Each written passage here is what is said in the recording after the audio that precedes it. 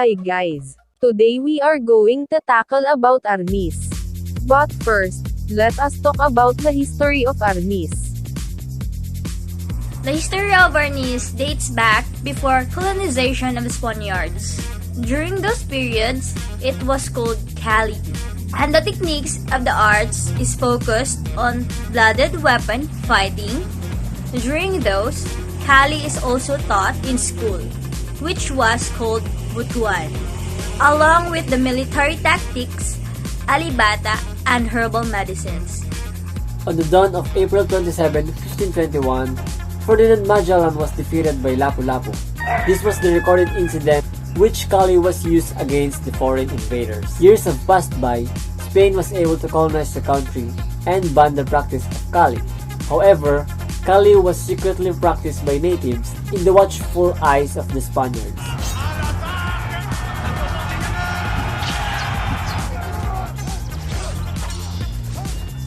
In 1873, the fighting system was renamed Arnis, which was derived from the word Arnes, which means colorful trapping on defensive armors used on moro-moro play.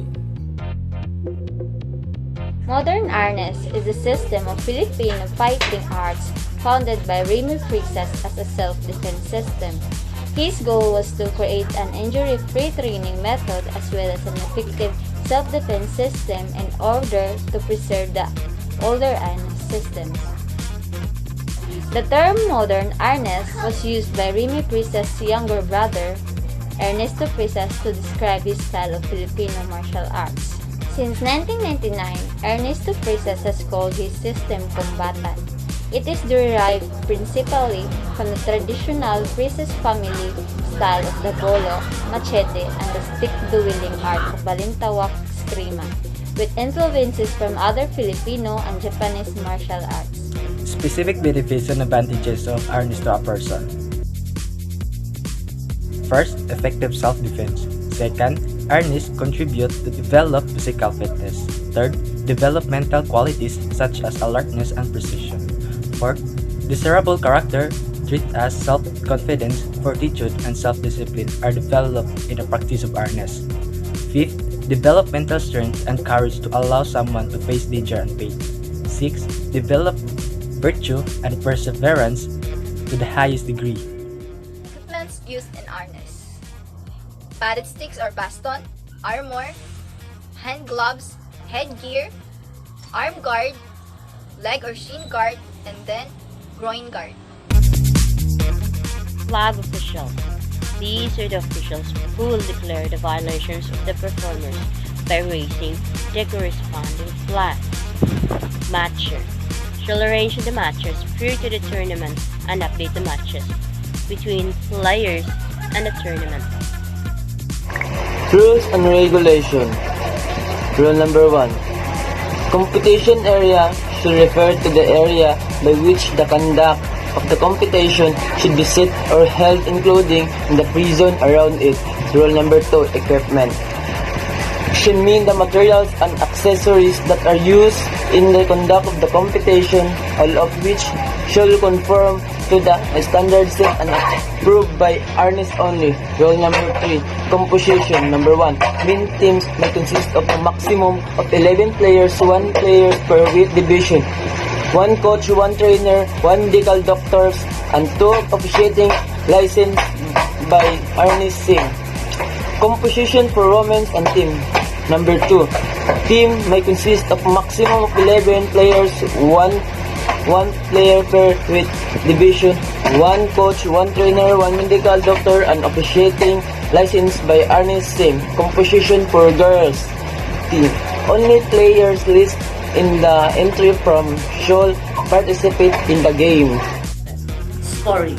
A score shall mean a strike or thrust with a padded stick using one hand only, delivered to a specific body point, and is counted upon confirmation by the 2 or at least 1 of the judges, simultaneously recorded on the scoreboard.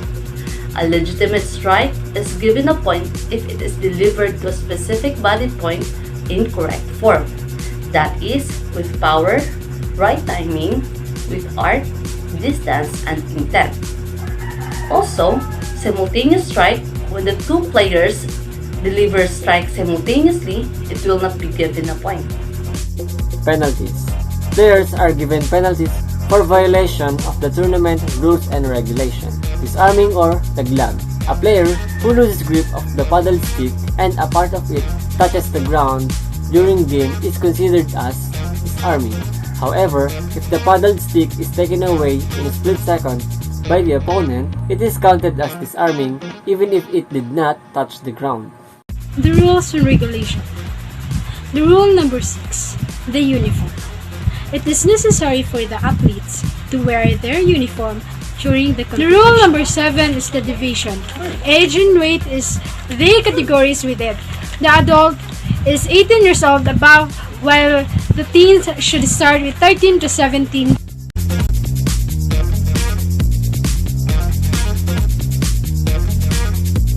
This is the most common used stance when you are standing at ease.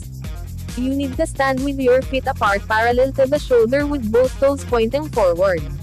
The knees should be straight, the waist and the body facing forward. Hands are on waist level and the hands should hold the sticks on both sides. Attention stance. This stance is different from the ready stance. Since you stand with your feet forming a 45 degrees angle, place the weapon hand across the chest and bow by bending at the waist. Weak stance. Starting with the ready stance, move one foot forward 45 degrees away from the body until the knee and the toe are in line to each other. Move in the same direction as the lead foot. Both toes are pointing in front, the waist and the body is facing forward. This can be also executed by stepping either foot obliquely forward and obliquely to the left or to the right. Back stance. Starting with the ready stance, move one foot backward 45 degrees away from the body. The heels of the foot should form an imaginary L shape while the legs are in a straddle position. Starting with the ready stance, move one foot about 2 feet dalawa, to the left or right direction. Moving foot will be perpendicular to the ground while the other leg is extended, thereby creating a position like that of a side kick. Both toes are pointing in front, the waist and the body is facing forward. Right side of the head attack. A diagonal downward, backhand swing striking to the right temple, assuming a fighting leg stance like the left temple strike. The warrior this time held his stick at 11 o'clock with his free hand kept on his shoes.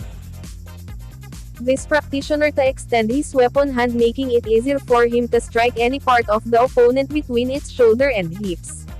The stick will be drawn in a diagonal forehand slashing swing, making it easier to deliver a damage. Left chest stab. In this strike, the weapon hand extended to the front, with the palm facing outward and the elbow kept up, where this strike can cause damage to the rib cage. Right chest stab. In this instance, I will practice the scoping action.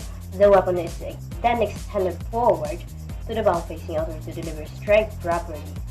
The elbow should be kept up, puncturing the opponent's lung. Left lower leg. In this technique, the practitioner will deliver a powerful strike to the opponent's lower leg, mainly the knee, the angle of the ankle, which throw off the opponent's balance and immobilize him. By doing this, the warrior is supposed to lower his body, extending the weapon arm, holding his palm upward, and hit any part of the opponent's lower leg. Left eye poke. The target here is the left eye socket. In order to execute it properly, the practitioner should assume fighting stance, then extend the weapon forward with the palm facing outward with its elbow kept down. Right eye poke. Same as the 10 strike technique. To execute it properly, the practitioner will have to hold his elbow down, poking the right eye of the opponent.